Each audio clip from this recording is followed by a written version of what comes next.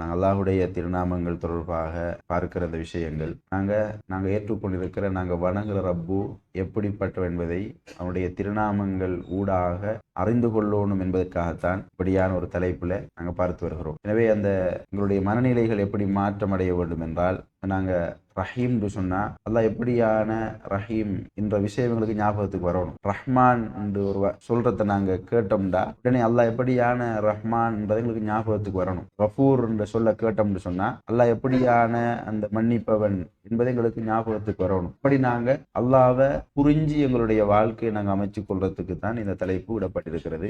சும்மா ஒரு பயானாக தொடர்ந்தேர்ச்சியாக ஏதாவது ஒரு பயான் ஒன்று போடணும் என்பதற்காக இப்படியான தலைப்புகள் பேசப்படுவதில்லை என்பதை நானும் நீங்களும் புரிந்து கொண்டு, அல்லாஹுடைய திருநாமங்களை பற்றி நாங்கள் ஆரம்பத்திலே பார்த்திருந்தோம். அல்லாஹுக்கு 99 திருநாமங்கள் இருக்கிறது. பவன் அஹ்சாஹா, அதை யார் மரணமிட்டுக் கொள்கிறாரோ, சில அறிஞர்கள் சொல்கிற பொழுது அதனுடைய கருத்து ஆழம் அகலம் என்பவற்றை புரிந்து அதை யதார்த்தமாக உள்ளத்தில் ஏற்றுக்கொண்டு யார் அதனை மரணமிட்டுக் கொள்கிறாரோ தஹ்ரல் ஜன்னா, அவர் சொர்க்கம் போவார் என்ற ஹதீஸை பார்த்தோம். எனவே அல்லாஹுடைய திருநாமங்களை புரிந்து மரணமிட்டு வைப்பது எங்களை சொர்க்கத்துக்கு அழைத்து செல்வதற்கான வழிகள் உண்டு. அந்த உயர்ந்த நோக்கத்திற்காகத்தான் இந்த வகுப்பு நாங்க பார்த்து வருகிறோம். எனவே அல் கஃபூர் அல் அஃபு என்ற 2 சொற்களை நாங்கள் பார்த்தோம் அல்லாஹுடைய திருநாமங்கள்ல. கஃபூர் என்று மன்னிப்பவன், அல் அஃபு என்பது மன்னிப்பவன். இப்ப அல்லாஹும்ம இன்னக அஃபுன், யா அல்லாஹ் நீ மன்னிப்பவன், துஹிப்புல் அஃப்வ, அஃபு என்பதை நீ விரும்புகிறாய், அந்த அஃபுவாக மன்னிப்பதை விரும்புகிறாய், அஃப் அன்னி, எனவே என்னை மன்னித்து விடுவாயாக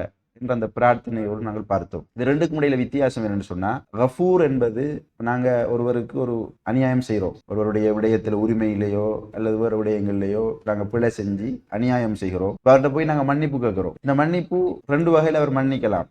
சில மனிதர்கள் சொல்லுவாங்க, நீங்க மன்னிப்பு கேட்டு வீடு தேடி வாசலுக்கு வந்ததுக்காக நான் மன்னிக்கிறேன், நான் நீங்க செஞ்சதை மறக்க மாட்டேன், நீங்க செஞ்சதை ஒரு காலம் மறக்க மாட்டேன், அது என்ன எப்படி ட்ரை பண்ணினாலும் அது மறக்காது, எனக்கு செஞ்சதை மறக்க மாட்டேன், உங்களை பார்க்கக்குள்ள வந்து ஞாபகம் பெறும், ஆனா மன்னிக்கிறேன். இன்னும் ஒரு மனிதனுக்கு நாங்க ஏதாவது பிழைகள் செய்வோம், அவர்கிட்ட போய் மன்னிப்பு கேட்போம், நான் அப்படியே மறந்துட்டேன், அதை மறந்துட்டேன், நீ அதுக்கு மன்னிப்பு கேட்க தேவையில்லை, அது மன்னிச்சுட்டேன் நான் என்று சொல்ற மாதிரி மன்னிப்பு. ரெண்டுக்கும் வித்தியாசம் இருக்குது. இன்னொரு சந்தர்ப்பத்தில் எங்களை காணக்கொள்ள அல்லது இன்னொரு சந்தர்ப்பத்தில் நாங்கள் ஒரு பிழை ஒன்று செய்யும் பொழுது அந்த மறக்காம மன்னித்தவர் உங்களுக்கு ஏற்கனவே இப்படி செஞ்சீங்க, மன்னிச்சேன், நான் திரும்பவும் நீங்க அதே பிழையை செய்றீங்கன்னு சொல்லி காட்டுறதுக்கெல்லாம் வாய்ப்பு இருக்குது. ஆனா இந்த மனிதரை பொறுத்தவரையில நான் அதை முழுசா மன்னிச்சுட்டேன், உங்களை மறந்துட்டேன். அதை இப்ப நாங்க 2 பேரும் புது மனிதர்களாக சந்திக்கிறோம். அல்லாஹுடைய மன்னிப்பிலும் இந்த 2 வேறுபாடுகள் இருக்கிறது. அல் கஃபூர் என்பது எங்களுடைய பாவங்களை, நாங்கள் செய்த குறைகளை, அல்லாஹுடைய விடயத்தில் நாங்கள் செய்த அநியாயங்களை அல்லாஹ் மறைத்து மன்னிப்பது, அழிக்கல, எங்களோட ஃபைல்ல இருக்கும், அல்லாஹ் என்ன செய்யறான், அதை வெளிப்படுத்தாமல் மறைத்து விடுகிறான், மறைத்து மன்னிப்பது அல் கஃபூர். அல் அஃபு என்பது நாங்க செஞ்ச பாவங்களை முழுசா அழிச்சு மன்னிக்கிறது. அஃபு என்பது அந்த துவாவுல பாருங்க, யா அல்லாஹ் நீ அல் அஃபு துஹிப்புல் அஃப்வ, இப்படி மன்னிப்பதை நீ விரும்புவன். அல்லாஹ் எதை விரும்புறான், இந்த மறைச்சு மன்னிக்கிறத விட அடியார்கள் கையேந்துகிற பொழுது அவன் செஞ்ச பாவத்தெல்லாம் அப்படி அழிச்சு மன்னிக்கிறத அல்லாஹ் விரும்புறான்.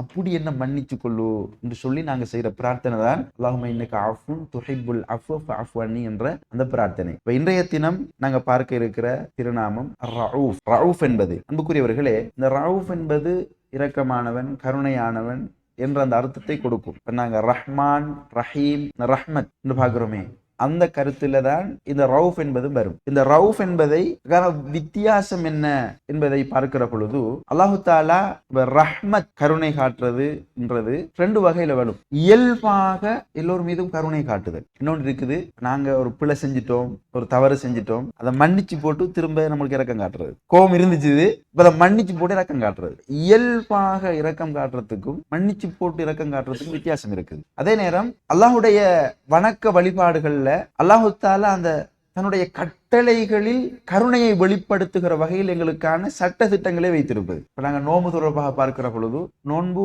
மன் ஷஹித மின்கும் ஷஹ்ர ஃபல்யசும்ஹு, ரமதானுடைய மாதத்தை அடைந்தால் நீங்க நோன்பு வைங்க, அதோட கட்டளை. இதுல நாங்க கேட்காமலே அல்லாஹ்வுடைய அந்த கருணையின் வெளிப்பாடு, ஃபமன் கான மின்கும் மரியதன் அவ் அலா ஸஃபரின் ஃபஇத்தத்து மின் அய்யாமின் உஹர், நோன்பு மாசம் வந்தா நீங்க கட்டாயம் நோன்பு வைக்கணும். ஆனா நீங்க பயணிகளாக அல்லது நோயாளிகளாக இருந்தால் வேற ஏனைய காலங்கள்ல அதை நோட்டுக் கொள்ளுங்க.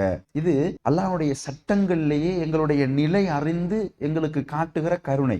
இந்த ரஹ்மத் என்பதற்கு குறிப்பாக அந்த ரஹ்மத்தை அறிஞர்கள் சொல்லுகிற பொழுது, நாங்க செய்கிற பிழைகளின் பொழுது எங்களை மன்னிச்சு மீண்டும் எங்களுக்கு கோபத்தை, அவனுடைய சோதனைகளை இல்லாமல் செய்து மீண்டும் எங்களுக்கு கருணை காட்டுவதை இந்த ரஹ்மத் குறிப்பதாகவும், அடிப்படையிலேயே எல்லா நிலையிலும் எங்கள் மீது கருணையோடு, குறிப்பாக இந்த மார்க்க விஷயங்கள்ல அவனுடைய கருணையை வெளிப்படுத்துகிற வகையில் எங்களுடைய வாழ்க்கை முறை அமைத்து தந்திருப்பது ரவுஃப் என்பதையும் குறிப்பதாக அறிஞர்கள் எங்களுக்கு அதை வித்தியாசப்படுத்தி காட்டுறாங்க. அதனாலதான் அல்லாஹ்வுடைய அருள்முறை சொல்லுகிற பொழுது சில இடங்கள்ல இந்த ரவுஃபையும் ரஹீமையும் அல்லாஹ் சேர்த்து சொல்லுகிறான். இன்னல்லாஹ், நிச்சயமாக அல்லாஹ், பின்னாசி லரஊஃபுர் ரஹீம், அல்லாஹ் மனிதர்களுடைய விடயத்தில் மனிதர்களோடு ரவுஃபாகவும் ரஹீமாகவும் இருக்கிறான். அல்லாஹ் ரவுஃபாகவும் ரஹீமாகவும் இருக்கிறான். நிச்சயமாக அல்லாஹ் மனிதர்களிடம் மிக இரக்கம் உள்ளவன், கருணை உள்ளவன். இந்த ரவுஃப் என்ற அந்த கருணை என்பது அது அல்லாஹ் எங்கள் மீது வைத்திருக்கிற அந்த இயல்பான கருணை.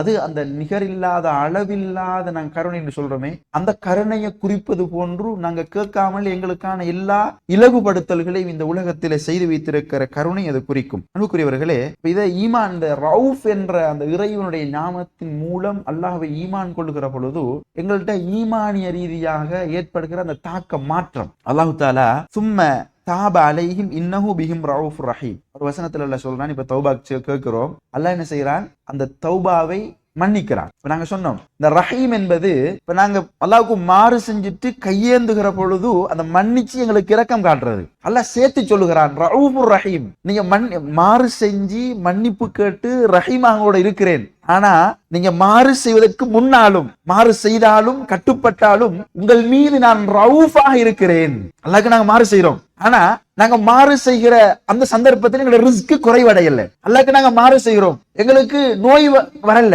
எங்களுக்கு கஷ்ட துன்பங்கள் வரல. அந்த மாறு செய்கிற அந்த நிலையிலும் நாங்க செழிப்பாக ஆரோக்கியமானவர்களா இருக்கிறோம். இப்ப இந்த மாறு செய்வதற்கு நாங்க அல்லாஹ்விடம் தௌபா செய்கிற பொழுது ரஹ்மான் ரஹீமாக இருக்கிறான், அந்த பாவத்தை மன்னிச்சு இரக்கம் காட்டுகிறான். ஆனா இயல்பிலேயே உங்கள் மீது நான் ரவுஃபாக இருக்கிறேன். உங்கள் மீது நீங்க என்ன செய்தாலும் அடியானுடைய பலவீனம் உணர்ந்து அவனை என்னுடைய அடியான் என்ற அந்த நிலையோடு இயல்பாக நான் உங்கள் மீது கருணையோடு இருக்கிறேன். நீங்க செய்கிற அந்த சின்ன சின்ன பாவத்துக்கு என்னுடைய அடியான் திரும்ப வருவான் என்கிட்ட.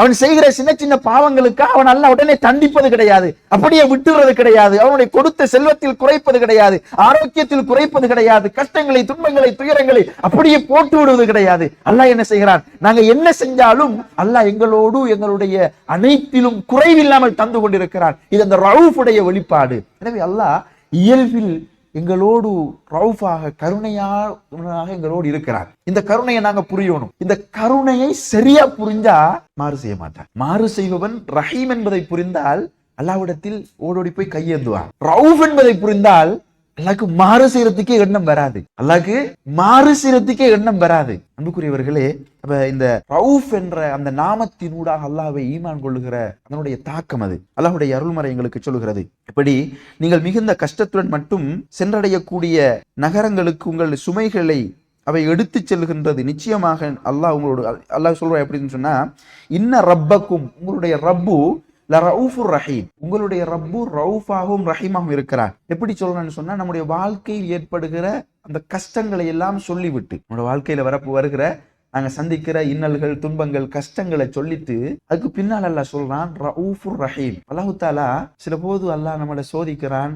சில கஷ்டங்கள், வாழ்க்கையில சில சுமைகள் வருகிற பொழுது நாங்க என்ன செய்யறோம்? அந்த விரக்தி அடைகிறோம். இப்ப இந்த இடத்துல அல்லாஹ் எப்படி ரவுஃபாக இருக்கிறான்? நான் பிசினஸ் செய்யறேன், திடீர்னு லொஸ்ட் ஆகுறேன், நல்ல இளம் வயதோடு இருக்கிறேன், ஆரோக்கியம் குன்றி போகிறது, குடும்பத்துல நல்லா இருந்த குடும்பத்துல பெரும் பித்தனாக்கள் உருவாகிறது, திடீர்னு சுமைகள், கஷ்டங்கள் வருது. இந்த இடத்துல அல்லாஹ் நாங்க எப்படி புரிஞ்சு கொள்றது? இந்த ரஹ்மான் ரஹீம் என்பதை தாண்டி அல்லாஹ்வை ரவுஃபாக புரிந்து கொள்ளுகிற பொழுது சஹாபாக்களுடைய மனநிலை எப்படி இருந்துச்சுன்னு சொன்னா, அல்லாஹ் தஆலா என்னை சோதித்து பார்க்கிறான், இதுக்கு பின்னால இதை விட சிறந்த ஒன்றை எனக்கு வச்சிருக்கிறான், அதனால சோதிக்கிறான். இந்த கஷ்டம்ன்றது எப்படி மாறும்னு சொன்னா, நாங்க உளரீதியாக ஏற்றுக்கொண்டு அதை எதிர்கொள்ளுகிற முழு ஈமானிய வலிமையையும் எங்களுக்கு தரும். இந்த ரவுஃபை நம்புவது, அல்லாஹ்வை ரவுஃபாக ஏற்றுக்கொள்றது எப்படி? எங்களை அந்த கஷ்டங்கள், சுமைகள் வருகிற பொழுது நாங்க அல்லாஹ் ரவுஃபாக இருக்கிறான், இதுக்கு முன்னால நாங்க அல்லாஹ்க்கு மாறு செய்கிற பொழுதெல்லாம் அல்ல எங்களை கைவிடலையே, இப்போ ஒரு கஷ்டம் வருது, அதுக்காக அவனை விட்டு நாங்க தூரமாக இயலாது. ஏன்? நாங்க மாறு செய்கிற பொழுது கூட எங்களை கைவிடாத ரப்பு இந்த கஷ்டத்துல, சின்ன கஷ்டத்துல எங்களை விட்டுருவானா? இந்த சின்ன கஷ்டத்துக்காக எங்களை விட்டுருவானா? நிச்சயமாக விட மாட்டான். அவன் ரவுஃப். நாங்க அவனுக்கு செய்கிற மாறுகள், பாவங்களை எல்லாம் தாண்டி எங்கள் மீது அன்பு வைக்கிறவன் அவன் என்பதை நாங்க புரிந்து கொள்கிற பொழுது கஷ்டங்களை எல்லாம், இந்த உலக சுமைகளை எல்லாம் ஒரு நேர்த்தியாக ஒரு ஈமானிய மன வலிமையோடு எதிர்கொள்வதற்கு இந்த ரவுஃப் என்பதை ஈமான் கொள்வது எங்களுக்கு மிகப்பெரிய ஒரு உத்வேகத்தை தரும் என்பதை இந்த வசனங்கள் எங்களுக்கு சொல்லித் தருகிற பாடங்களாக இருக்கிறது. எனவே அன்புக்குரியவர்களே, அல்லாஹ்வுடைய திருநாமங்கள்ல இந்த கருணையை சொல்றதுக்கு இன்னொரு திருநாமம் இருக்கு, அல் வதூத். நிறைய நாமங்கள் இருக்கிற அந்த கருணையை சொல்லுகிற நாமங்கள் அல்லாஹ்வுடைய திருநாமங்களில் 5-6 நாமங்கள் இருக்கிறது. ஒவ்வொரு நாமங்களும் வித்தியாசமான அல்லாஹ்வுடைய கருணைகளை அல்லாஹ் எங்கள் மீது வைத்திருக்கிற அந்த அன்பை வெளிப்படுத்துகிற சொல்லித் தருகிற நாமங்களாக இருக்கும். ஆக ஆரம்பத்துல சொன்னது போல அல்லாஹ்வை அல்லாஹ் என்று நம்பி இருக்கிறோம். அவனுடைய 99 இருநாமங்கள் ஊடாக நாங்க அவனை நம்பல நாங்க. எனவே அந்த 99 திருநாமங்கள் ஊடாக நம்புகிற பொழுது அல்லாஹ்வோடு எமக்கு வருகிற அந்த உறவும் அவன் மீதான நேசமும் அது ரொம்ப அலாதியானதாக இருக்கும். எனவேதான் அன்புக்குரியவர்களே, அல்லாஹ்வுடைய திருநாமங்கள் எங்கேயாவது சொல்லப்படுதுன்னு சொன்னா, குர்ஆன் தொழுகை நடக்குது, இதுல கதீர் என்று சொல்லப்படுது, ரஹீம் என்று சொல்லப்படுது, ரவுஃப் என்று சொல்லப்படுது. இப்படி அல்லாஹ்வுடைய நாமங்கள் எவ்வளவு சொல்லப்படுது. நாங்க அல்லாஹ்வுடைய அந்த நாமங்களை கருத்து தெரிஞ்சு புரிஞ்சு வச்சிருந்தோம்னு சொன்னா, அந்த வசனங்கள் சொல்லப்படுகிற பொழுது ரவுஃப் ரஹீம் என்ற வசனம் எங்களுடைய செவிகளுக்கு கெட்டுகிறது என்றால் அந்த சிந்தனை எங்களுக்கு வரும். அல்லாஹ் மீதான அந்த ஈமான், அந்த விசுவாசம், அல்லாஹ்வின் மீதான அந்த புரிதல், அந்த உறவு எங்களுக்கு அதிகரிக்கும். எனவேதான் 99 திருநாமங்களை அல்லாஹ்வுடைய அருள்முறை சொல்கிற பொழுது ஐயம்மா தது, நீங்க எப்படி அழைத்தாலும் ஃபலில்லாஹில் அஸ்மாஉல் ஹுஸ்னா, அல்லாஹ்வுக்கு அழகிய நாமங்கள் இருக்கிறது. அல்லாஹ்வுடைய தூதர் சொல்கிறார், யார் அதனை மனனமிட்டு சரியாக புரிந்து அதன் அடிப்படையில் அல்லாஹ்வை வணங்குகிறாரோ, அந்த 99 திருநாமங்களையும் புரிந்து யார் இந்த உலகத்தில் தன்னுடைய வாழ்க்கையை அமைக்கிறாரோ, மனனமிடுகிறாரோ, அவருக்கு சொர்க்கம் இருக்கிறது என்று. அப்ப அல்லாஹ்வை புரிகின்ற விஷயத்துல நாங்க புரிஞ்சு வச்சிருக்கிற அல்லாஹ்வை நாங்க முழுமையாக புரியணும் என்றால் இந்த 99 நாமங்கள் ஊடாகவும் நாங்க புரியறதுக்கு முயற்சி செய்யணும். வல்ல ரஹ்மான் அவனுடைய நாமங்களை மனனமிடுவதோடு அதனுடைய கருத்துக்களை புரிந்து வைத்திருப்பதோடு அந்த திருநாமங்கள் ஞாபகப்படுத்தப்படுகிற சந்தர்ப்பங்களில் எல்லாம் இறைவனுடைய அந்த நாமத்தின் ஊடாக அவனை சிந்திக்கக்கூடியவர்களாகவும் எங்களுடைய ஈமானை இன்னும் வலுப்படுத்தக்கூடியவர்களாகவும் வல்ல ரஹ்மான் என்னையும் உங்களையும் ஆக்கி வைப்பதோடு அவனை நேசிக்கக்கூடிய மக்களாகவும் அவனை புரிந்து இந்த உலகத்தில் வாழ்ந்து அவனுக்கு வணக்கம் செய்யக்கூடிய மக்களாகவும் இருப்பதற்கும் நாளை மறுமையில் அவனுடைய மன்னிப்பிற்கும் கருணைக்கும்